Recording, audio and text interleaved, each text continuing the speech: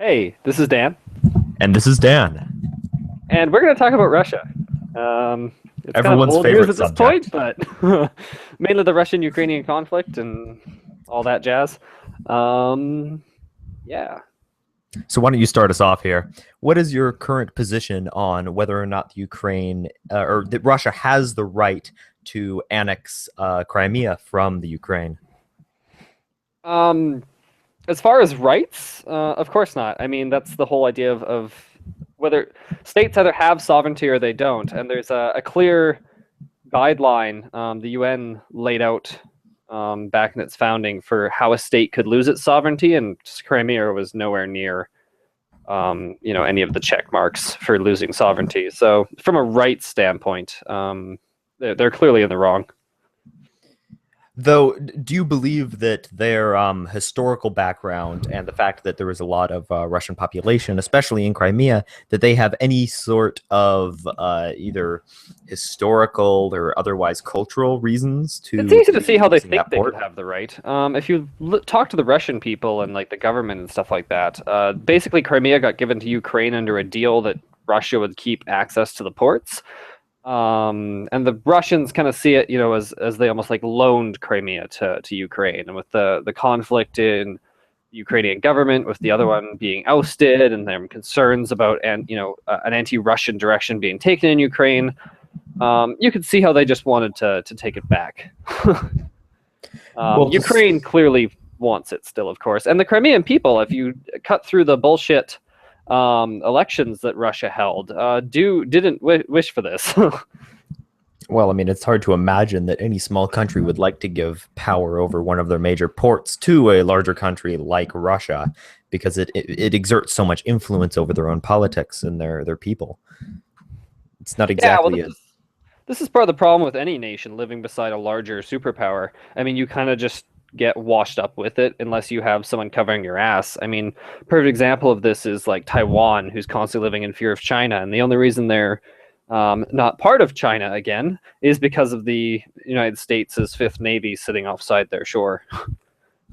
yeah, it's a situation where there's really only justice between two great powers, and that those on unequal footing do not have justice in the world at large.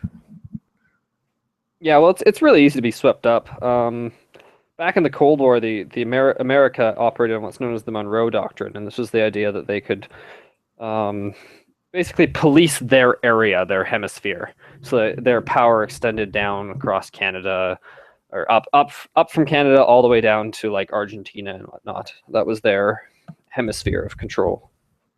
Yeah, in modern times, the Monroe basically would cover anything that is in any logistical sphere of influence. Heck, it would cover satellites because they can exact some sort of strategic issues against the United States. Basically, anything that has any sort of strategic value to the United States can be controlled by the United States. Yep, and By the despite the fact that it's been officially repealed, you can see that the America does still act in that way at large in the international community. And I think that quite frankly, Russia is acting quite a lot like the United States, and this. They're lashing out because of their position.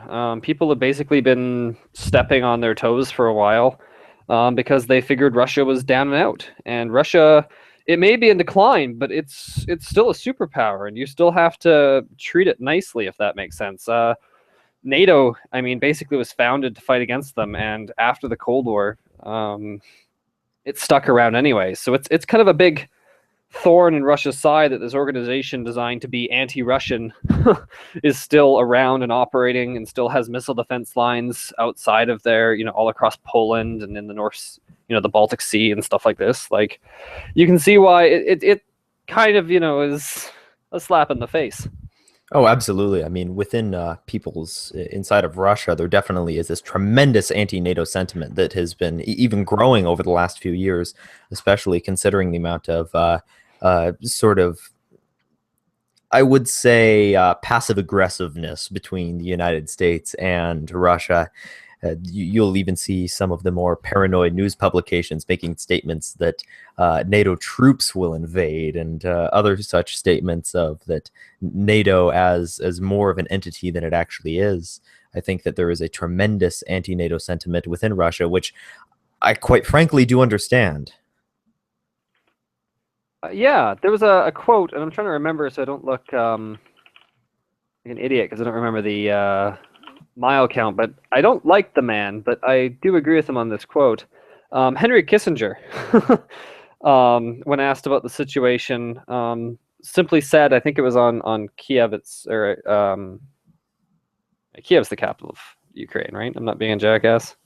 I have no idea. Don't ask me. Let's see if Really? We're can talking about educate this? ourselves. Wow, we fail as human beings. What is the capital of Ukraine? Yeah, I was right. It's Kiev. Yeah. Okay, So when okay. asked about the situation in Kiev and why Russia would be taking such an aggressive stance and so worried, Kissinger, I think it was, like I said, I don't remember the number of miles, but he's like, it's 100 miles from Moscow or 1,000 miles from, or something like that. I'm not good at distance. Don't we seem like educated, intellectual individuals? Yeah, we're making ourselves look really, really knowledgeable on this subject right now. But yeah, we definitely should be talking about this. Anyway, it's more the idea that it's more of the idea that counts. no, I think that's a terrible excuse. But anyway, I do absolutely agree that if the United States was put in a position where there were any sort of nuclear warheads within, even within the western just slice of the earth that were controlled by Russia, it would definitely be considered an issue. I mean, think of having nuclear warheads positioned in northern Canada. I wouldn't be surprised if the United States were to exact some sort of military control of the area, just to make sure that it was within their control, that the sovereignty of Canada would be overlooked if they didn't comply. We had huge pressure back in the Cold War to install the DEW line here in Canada. I mean, we buckled to that. Thankfully, our government was pretty adamant that we didn't want nuclear weapons on our soil, which kind of kept us, out of the direct firing line. Though we still, like I said, had the DEW line system, which would act as an early warning system for an attack from Russia. Yeah, I mean, it was a situation where it was it was complicit, but it also was. I don't think Canada was in a position to be able to say no. No, absolutely. That's the issue, right? And that's what we're seeing in the Ukraine today. Is they're just simply in a position where they can't say no. They don't have the military power to push Russia out of Crimea. And I'm fairly confident when I say this, even though it's a pretty bold claim, that I don't think, unless it's very dire, we will see a ground war in Europe ever again, like a full-out ground war, simply because every side has such. Because if you get into a ground war with Russia and you start to win, what happens then? They're going to blow you to oblivion with atomic hellfire, because that's you're not going to lose. Losing is too costly, right? And vice versa. If Russia starts to really crush some of these other European nations in a ground war, they'll just strike back with their own arsenal. I mean, France has a massive atomic arsenal. The EU has clear defense treaties. The only issue that's happened, of course, is that Russia's figured a way past the NATO treaty, that the other countries don't want a war right now. Ukraine isn't technically part of NATO, and they're just saying like, no, it's not an invasion, it's a rebellion. Like, clearly there is no prerogative to act. That's clearly not in the contract. We don't have to send forces. The European nations are simply choosing not to act. Well, I think it's a situation where, quite frankly, the European nations don't care a whole lot about the Ukraine, that the only reason they would be getting involved is if they could stick one to Russia. That a good example would be the United States is driving up of oil prices to be able to cripple the economy of Russia, is that this is a battle being fought on very different terms. That it may not be nuclear warheads and the trying to bankrupt a nation via fear, but there is still a conflict being fought. What I can't go over is the complete ineptitude of the American response to this situation. Our low gas prices right now aren't a mystery. The Americans basically just opened up their oil reserves to crash the market because Russia's economy is something like 80% oil, something stupid like that. Like, it's just, the numbers are just Heavily baffling. petroleum. Yeah, it's Yeah, so they just dropped the oil into the market to crash Russia's economy. Fuck all their allies. It doesn't matter if it hurts Canada, which it has. The lower oil prices really hurt. Our dollar dropped like 30 cents.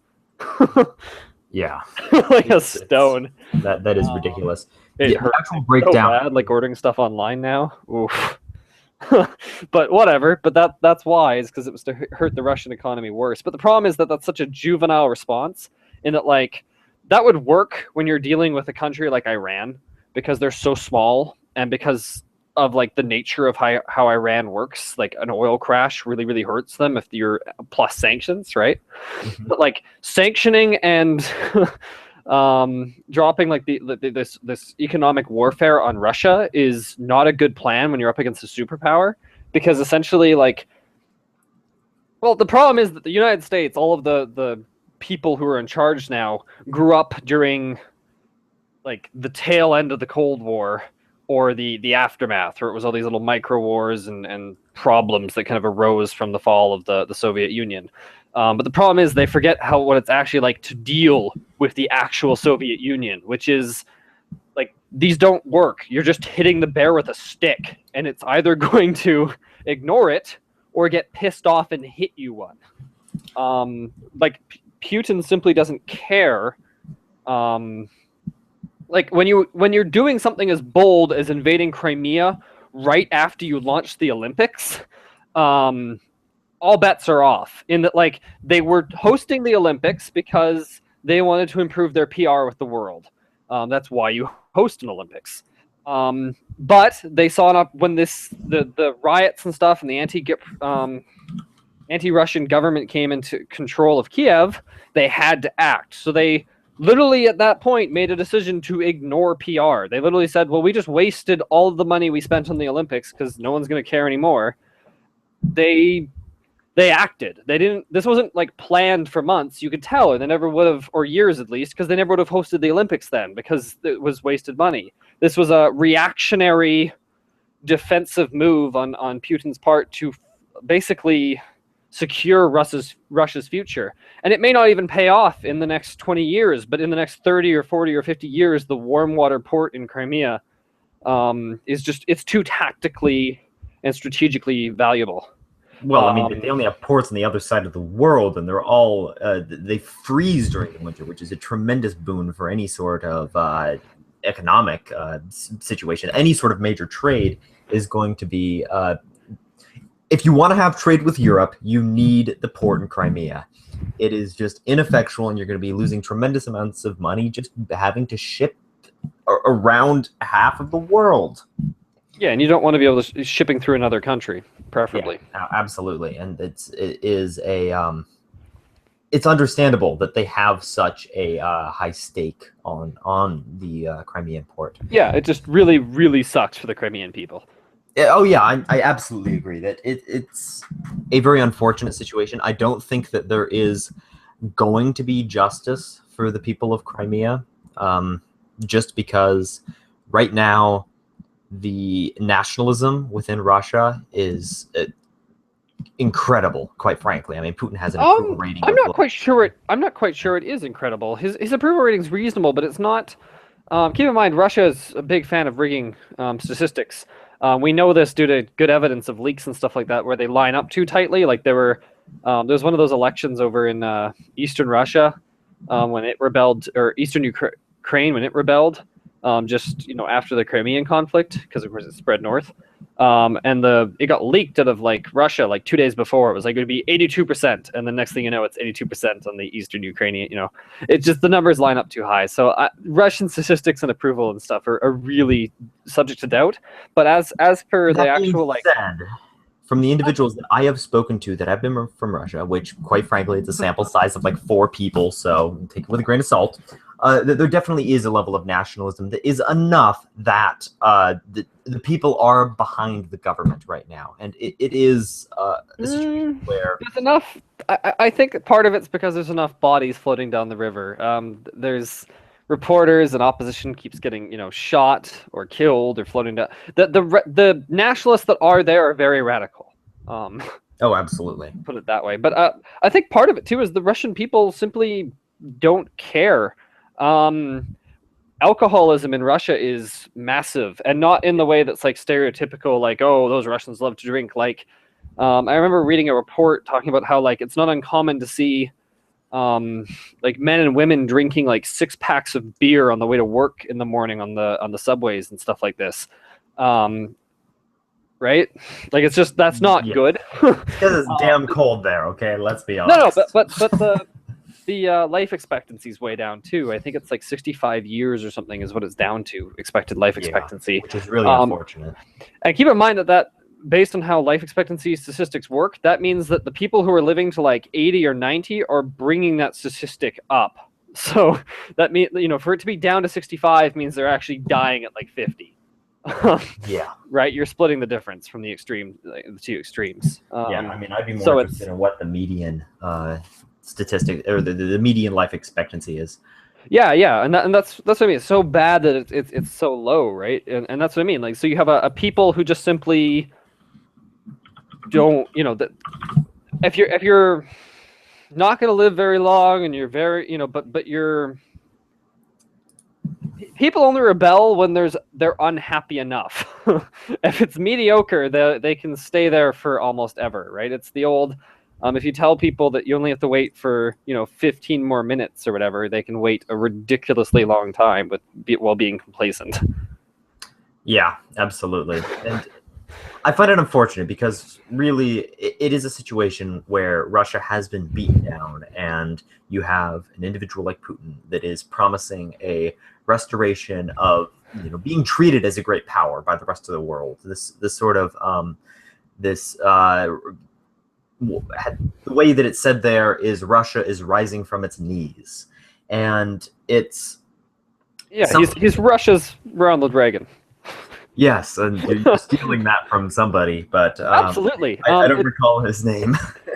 Dan Carlin talked about that actually on his show. He has a show called Common Sense on dancarlin.com, and he talked a bit about that, how Reagan came in a time in American history and basically said like, no, we are great, when they were kind of like on the rocks. This was after the Vietnam War, so it was basically the first war where the United States very, very clearly lost. It was a situation where it not only lost from a logistical sense, but just lost the support of its own people. Yeah, actually, that's the only way they lost that one. Actually, what I've always been interesting. What I find really interesting about what Vietnam is that you guys lost just as you won, and that was fascinating. Like, it was never a very good victory or anything, but that last offensive by the Viet Cong, right, basically was everything they had. The last offensive, the Tet offensive, whatever it's called, like that was all they had left. And then but it inflicted such losses on you guys, and in cities that you guys thought were safe, and the American people had so much, were so done with that war, you had to pull out. Yeah, I mean, it's fascinating. If just more Navy ships were sent in and there was no regard for human life, yes, it could have been won in strict terms, but you just simply had to stay. There wasn't much left for the opposition to do. Yes, maybe. That being said, is that I don't think it would have been beneficial for the United States, considering how it was a dumb war already. Anyway. yeah, absolutely. No, it's not one you really want to win. It would have been I mean, the whole spreading capitalism by the sword really was never something that I particularly consider a good chapter in the history of the United States. But the domino theory was pretty damn faulty. Yeah, absolutely. And it was this level of, we are the shepherds of the world sort of attitude that it got us in that situation to begin with.